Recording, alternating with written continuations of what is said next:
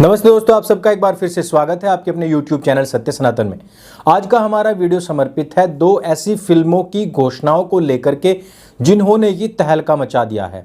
सबसे पहली है सोमनाथ की लड़ाई पर आधारित फिल्म जिसकी घोषणा अभी की गई है और इस फिल्म का एक छोटा सा एनिमेटेड टीजर टाइप भी रिलीज किया गया है जिसमें बताया गया है कि किस प्रकार से सतयुग से लेकर के कलयुग तक सोमनाथ की क्या यात्रा रही है। आप सभी जानते हैं कि गजनवी ने 17 बार भारतवर्ष पर आक्रमण किया, सोमनाथ के मंदिर को तोड़ने का प्रयास किया और इस मंदिर को तोड़ने में जब वह अंततः सफल हो गया उसके बाद बहुत सारे वर्षों तक हिंदुओं ने इसका पुनर्निर्माण तक नहीं किया था।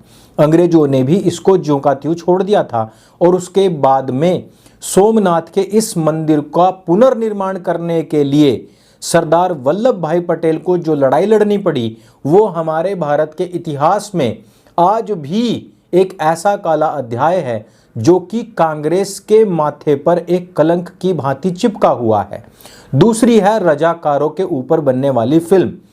इस फिल्म से आपको पता लगेगा किस प्रकार से हैदराबाद का जो आंदोलन था, जो लड़ाई थी, वो हिंदुओं के खून के इतिहास से रचित है।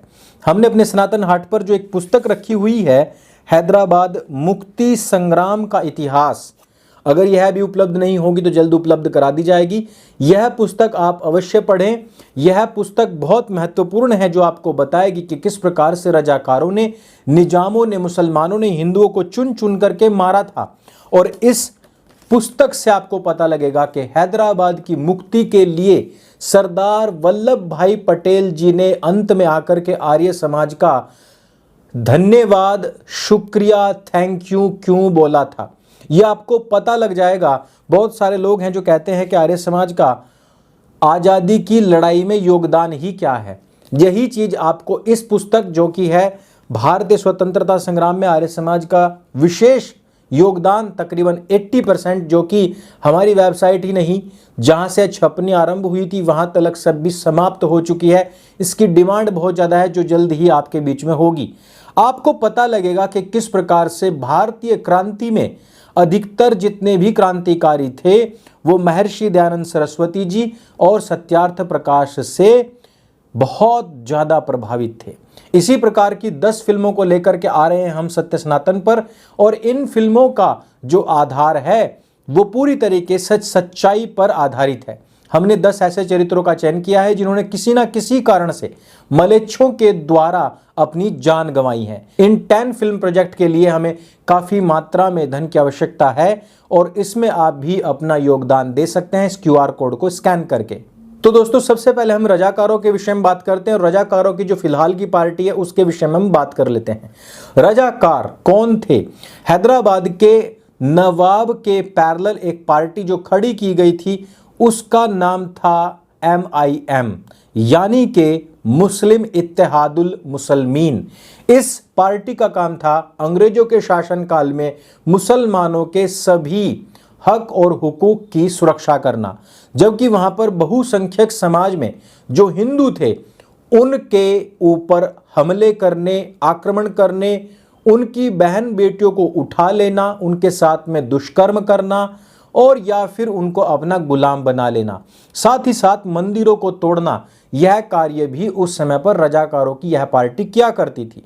जिस प्रकार से नवाब के पास में एक फौज, सेना हुआ करती थी, उसी प्रकार से रजाकारों ने भी तकरीबन 2 लाख मुसलमानों की एक फौज बनाई हुई थी।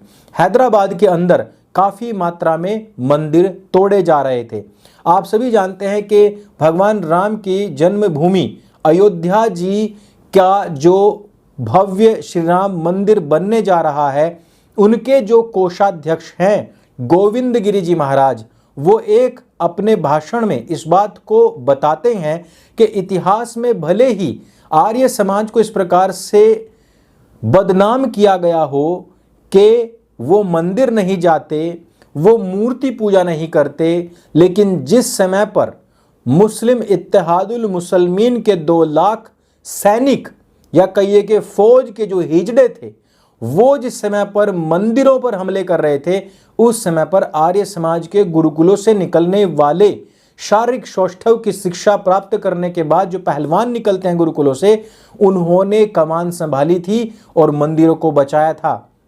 आजकल आप देखते होंगे कि मुसलमान ही मंदिरों के ऊपर हमला करते हैं और 4 मुसलमान एक ह्यूमन चेन बना करके मंदिर की सुरक्षा करने के लिए खड़े हो जाते हैं।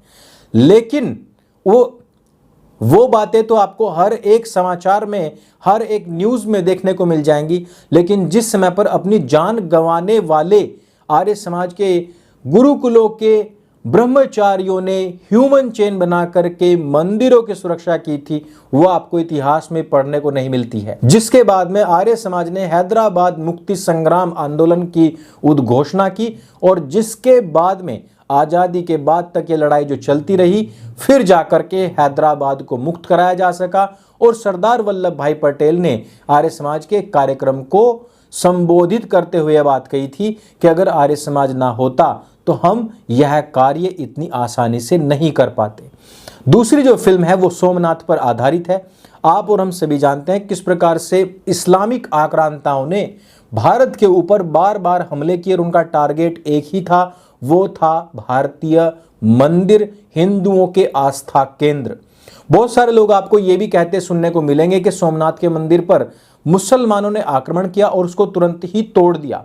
लेकिन ये बात आपको बहुत कम लोग बताएंगे कि वर्षों तक, सैकड़ों वर्षों तक सोमनाथ के मंदिर को मुसलमान आतंकवादी छू तक नहीं पाए थे और वहां की जो भव्य सेना थी, बहुत बड़ी जो सेना थी, वो इनको बार बार मार काट करके भगा दिया करती थी। लेकिन इस बात से भी इनकार नहीं किया जा सकता कि उनका जो टारगेट है वो कभी भूलते नहीं और सैकड़ों वर्षों तक उसको याद रखते हैं। उनके अंदर जो जहर है या फिर लालच है जो जन्नत और हुरों का, वो इस प्रकार कूट कूट करके भरा गया कि सैकड़ों वर्षों तक वो अपना लक्ष्य भूले नहीं और उन्होंने सोमनाथ के मंदिर को अपना टारगेट बनाए रखा। यहां पर हिंदुओं के अंदर पहले जैसा पराक्रम ना रहा, उसके जैसा जो युद्ध के प्रति समर्पण था वो ना रहा और लोग जो थे उस समय तक आते आते केवल भक्ति भाव में ही लीन रह गए। पराक्रम और वीरता, शूर वीरता ही किसी भी प्रकार की भक्ति की सुरक्षा कर सकती है।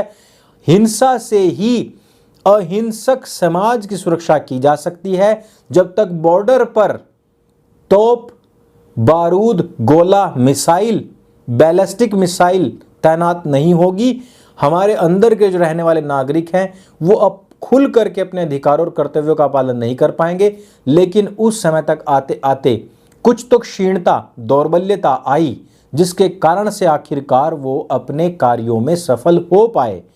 यही चीजें हमारे समाज के साथ में आज भी चल रही हैं। लगातार हमारे समाज को, हिंदू समाज को तोड़ने का कार्य चल रहा है। लगातार हमारी बहन बेटियों को शिकार बनाने का कार्य चल रहा है और हमारे जैसे जितने भी भाई बहन हैं जो जागरूकता के कार्यक्रम में लगे हुए हैं, जब तक हमारी शील्ड वहां पर लगी हुई है, हमारी बातें सुनी जा रही हैं, तब तक वो सुरक्षित हैं। जैसे ही वो शील्ड हट जाती है, उनका ध्यान जन जागरूकता के अभियान से हट करके रील्स, इंस्टाग्राम और टिकटॉक पर लग जाता है, वैसे ही उन लोगों का जाल या फंदा आपकी बहन बेटी के गले में आकर के डल जाता है और धीरे धीरे कसता चला जाता है और वो पीछे पीछे खींचती चली जाती है। यही चीजें आज भी बदस्तूर जारी हैं।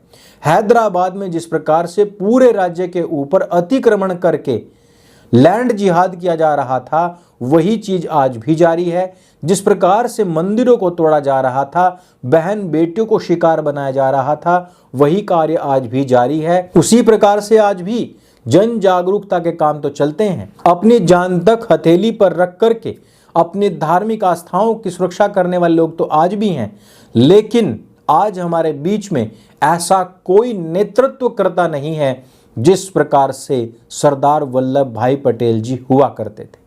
इस बात को हमें मानना पड़ेगा कि आज कहीं ना कहीं टेक्नोलॉजी भले ही बड़ी हो, लेकिन मानसिक शक्ति का ह्रास हुआ है और हिंदू समाज की बहन बेटियों ने भी वह कार्य टिकटॉक आदि पर करना आरंभ कर दिया है जिसके लिए कभी पहले राजा महाराजा, नवाब सुल्तान पैसे उड़ाया करते थे, उनको अपने हरम में नचाने के लिए। वही चीजें आज के समाज में लड़कियां सामने कैमरा लगा करके फ्री में करती घूम रही हैं। इसलिए आज हर एक शिकारी की नज़र हर एक घर में घुस चुकी है। सोशल मीडिया के ज़माने में जहां एक तरफ ज्ञान का आदान प्रदान भी चलता है, वहीं पर अश्लीलता भी खूब फैल रही है।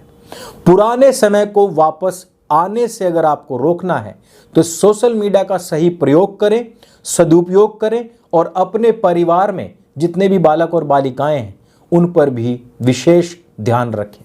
इस वीडियो में सिर्फ इतना ही। हमारे 10 फिल्म प्रोजेक्ट को अवश्य सपोर्ट करें। मेरे संग बोले सत्य सनातन वैदिक धर्म की जय। जय हिंद, वंदे मातरम।